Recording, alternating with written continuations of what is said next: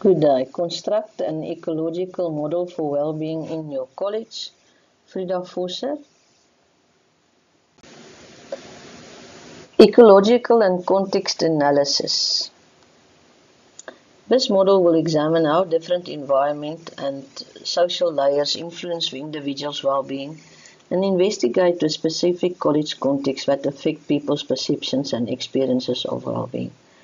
If we look at ecological analysis of well-being, it is the study of relationships between humans and their environment, focusing on how environmental factors influence behavior, health and development.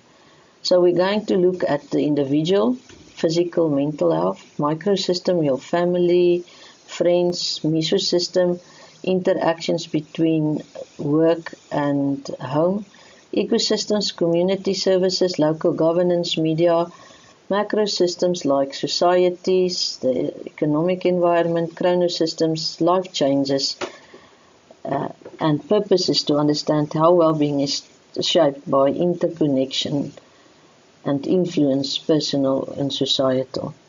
If we look at the context, it's a systemic process of understanding the broader environment or situation in which the individual operates. It focuses on how specific social, economic, political and cultural contexts impact people's sense of well-being. Social, community support, economic income, cultural, your values, your traditions, politicals, the political environment, human rights, environmental living conditions, sustainability. And the purpose of that is to tailor interventions and policies that fit the realities of people and the environment. Impactors and enablers to mental health and well-being in Waterberg TVET College. In this assignment, I will focus on the staff of the college.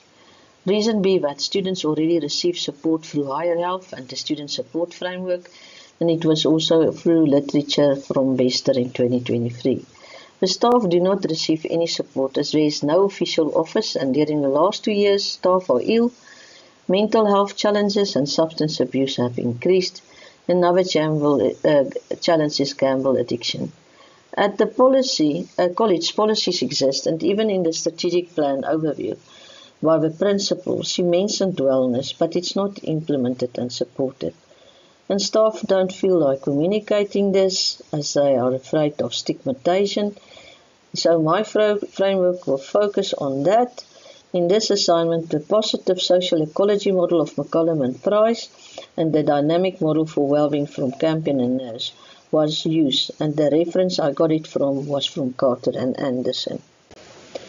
Now, if we look at the ecological model for well-being at Waterberg TVET College, we need to know what is mental health, and World Health Organization in 2000 defined it as a state in which every individual realizes his or her own potential, can cope with the normal stresses of life, can work productively and fruitfully, and is able to make a contribution to her or his community.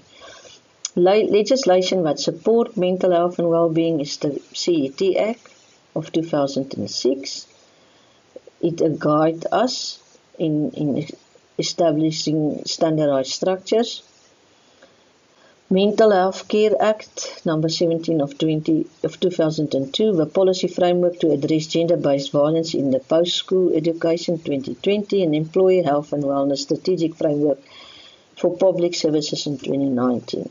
If we look at the college framework and mandate that support this, the vision is a leading provider of innovative and high-quality vocational and skills development programs that meet the demands of the 21st century.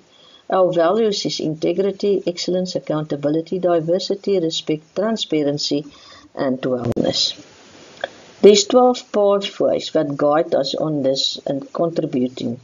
It's expert inclusive leadership, strategic visioning, where we want to go on this, quality teaching and learning that to improve if staff is good, a supportive, caring and inclusive education context community, safe learning environment, social and emotional competencies, sense of meaning and purpose, you belong somewhere, using monitoring and evidencing strength-based approaches, healthy lifestyle, sport activities, nutrition, develop pro-social values, family and community partnerships, and spirituality. Now, we use Bronfenbrenner's ecological system theory as a framework for understanding how an individual's environment interacts to influence their growth and development. The system, as I indicated, has different layers, and this will guide the college when we have to adopt or develop health strategies, because it recognizes that individuals' mental health is influenced by multiple interconnected layers of their environment, not just personal factors. We will break it down in individual, interpersonal, college environment, policies and processes, society, and the organization. If we look at individual, the microsystem, personal well-being, we're going to look at healthy lifestyles, exercise, self-worth and self-acceptance, emotional resilience, mindfulness in access to well-being resources, like counseling. Interpersonal relations, it's connections that nurture you.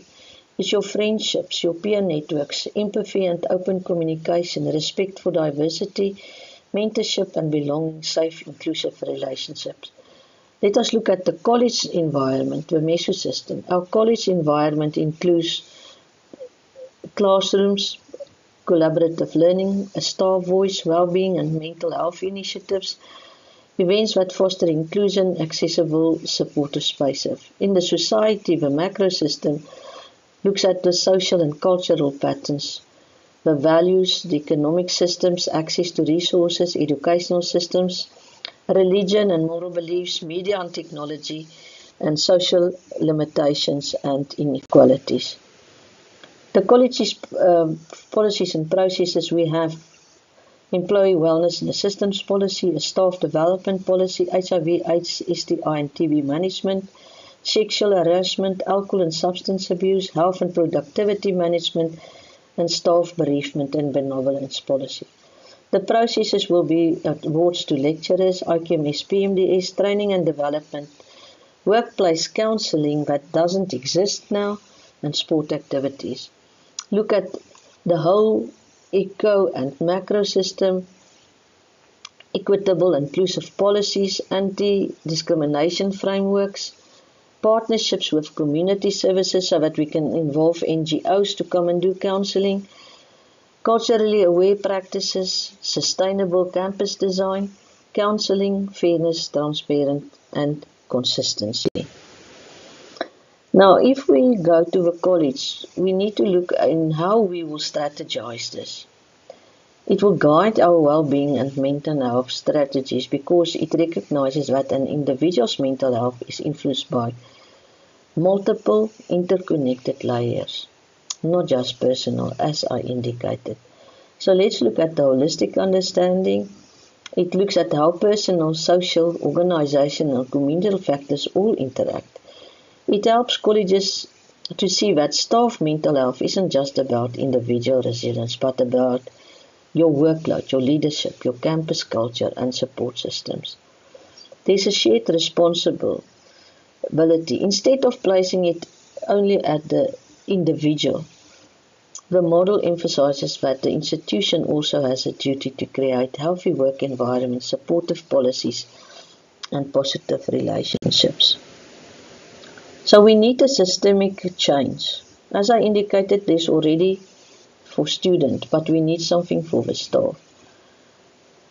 Using an ecological model allows them to design interventions at multiple levels like individual, training stress management, interpersonal, supportive peer networks, organizational, improve the communication, reduce workload pressures, policy level, implement fair mental health leave or flexible working hours.